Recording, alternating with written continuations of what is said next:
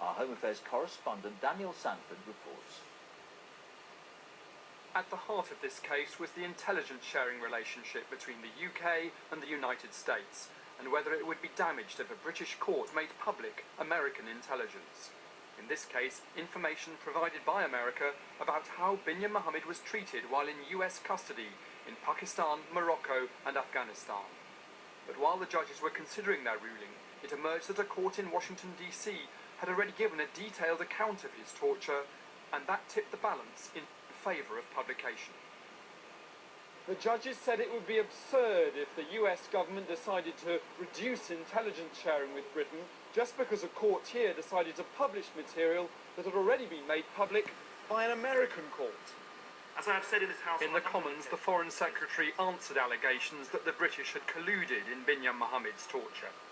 Mistreatment of prisoners, not to say torture, violates the most basic principles of this country, never mind our national and international legal obligations.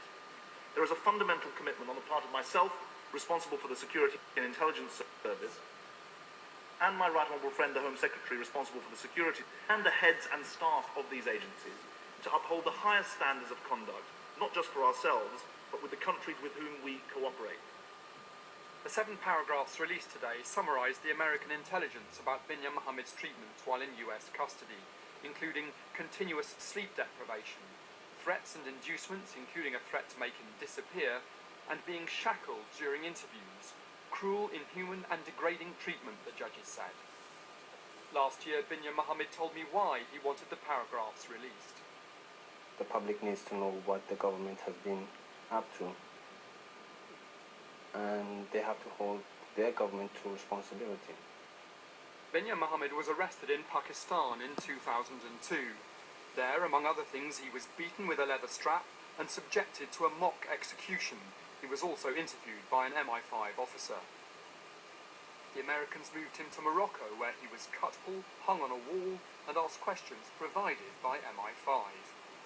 And MI5's reputation was the subject of fresh controversy today, when it emerged that the government had successfully had the judge's ruling changed.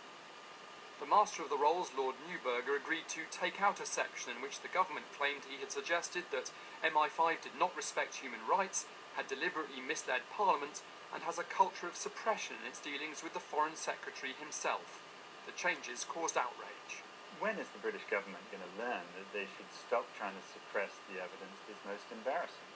I think what it does in the end is just embarrass them some more. An MI5 officer is still being investigated by the police for his alleged role in Binyam Mohammed's treatment. The Conservatives and the Liberal Democrats both attacked the government, saying it should have asked the Americans to release the 7 paragraphs earlier. Daniel Sanford, BBC News. And our security correspondent Gordon Carrera is with me. Gordon, this document shows that the security services have known about the torture, but it doesn't necessarily mean they were complicit or took part in it. Well,